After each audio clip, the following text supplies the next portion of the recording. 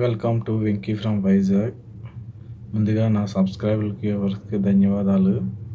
ఈరోజు టాపిక్ ఏంటంటే, house construction చేసే ముందు కొన్ని విషయాలు తెలుసుకోవాలండి. ఇల్లు కట్టుకుందాం అన్నది ఒక కళ అండి. అది నెరవేరడం ప్రతి జీవితంలో ఒక ముఖ్యమైన అంశం.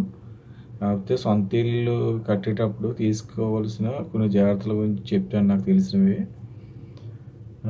కన్స్ట్రక్షన్ చేయాలంటే ముందుగా సైట్లోని బోర్ వేయించుకోవాలండి. అది అక్కడ ఏరియాని పెట్టి ఉంటుంది కదా, ఎంత లోతు వేయించుకోవాలి ఏంటనేది చుట్టుపక్కల ఉన్న దేని పెట్టి ఉంటుంది. దాన్ని పెట్టి బోర్ వేయించుకోవాలండి first of all. Next bore ఉంటేనే కానీ మనకు వాటరింగ్కి, మెటీరియల్ కలపడానికి, కన్స్ట్రక్షన్కి మెయిన్ ఇంపార్టెంట్ వాటర్ కదండి. కాబట్టి బోర్ వేయించుకోవాలండి. నెక్స్ట్ ప్లాన్ ఒకటి తీసుకోవాలండి. ప్లాన్ ఇప్పుడు ఒకటి ఉండాలి. ఆ సిటీలో అయితే ప్లాన్ కావాలి, పల్లెటూరులో కొన్ని చోట్ల అవసరం లేదు. కాకపోతే సిటీలో కంపల్సరీ ప్లాన్ కాబట్టి కన్స్ట్రక్షన్ టైంలోనే స్టార్టింగ్లోనే ప్లాన్ తీసుకుంటే ఇంకా మనకి ఏ ఇబ్బంది ఉండదు. నెక్స్ట్ మనీ అరేంజ్మెంట్స్ అన్నమాట. మనీ అరేంజ్మెంట్స్ అంటే మనకి సోర్సెస్ చూసుకోవాలి. లోన్కి వెళ్ళాలా లేకపోతే ఓన్ క్యాష్ ఉందా, అసలు 2 ఫ్లోర్లు బిల్డింగ్ అయితే ఎంత అమౌంట్ అవుతుంది, 3 ఫ్లోర్ల బిల్డింగ్ ఎంత అయితే అంత అవుతుంది. ముందుగా ఎస్టిమేషన్ వేసుకొని దాన్ని బట్టి ప్లాన్ చేసుకోవాలి. మనకి ఏంటంటే లోన్ వస్తుందో లేదో ముందు బ్యాంక్కి వెళ్ళి కనుక్కోవాలి. కనుక్కుంటే లీగల్గా అన్ని పేపర్స్ ఉన్నాయనుకోండి, డాక్యుమెంట్ రిజిస్ట్రేషను, లీగల్ పేపర్స్ అన్నీ ఉంటాయి, డాక్యుమెంట్స్ ఉంటాయి.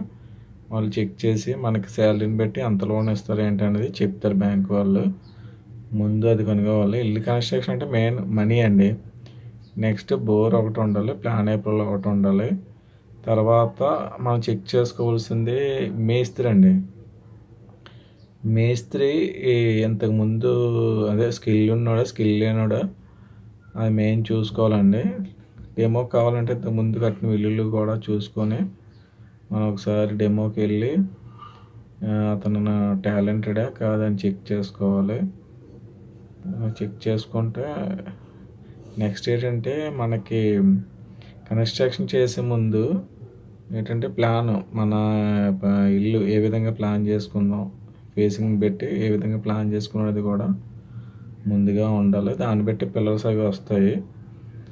తర్వాత మెటీరియల్ కూడా కన్స్ట్రక్షన్ టైంలోని మెటీరియల్ ఇసుక, పిక్క, సిమెంటు ఇవన్నీ క్వాలిటీ ఉన్నాయి సెలెక్ట్ చేసుకోవాలండి. సెలెక్ట్ చేసుకుని వేయించుకోవాలి. నెక్స్ట్ ఏంటంటే ఇసుకలోనే గరుకు ఇసుక ఉంటుందండి, మెత్తన ఇసుక ఉంటుంది. గరుకు ఇసుక కట్టు వర్కులు పనిచేస్తుంది, మెత్తన ఇసుక ప్లాస్టింగ్ లాంటివి పనిచేస్తుందండి.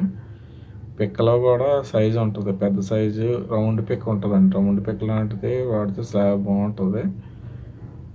నెక్స్ట్ ఏంటంటే సిమెంట్ కూడా, సిమెంట్ అంటే బ్రాండ్ బట్టి మనం వాడుకోవడమే. మనకి ఏ బ్రాండ్ కావాలంటే ఆ బ్రాండ్ వాడుకోవచ్చు. అదండి, నాకు తెలిసిన కొన్ని విషయాలు మీతో షేర్ చేసుకుందామని చెప్పేసి ఈ వీడియో చేస్తున్నాను. థ్యాంక్స్ అండి. Thank you very much. Thank you.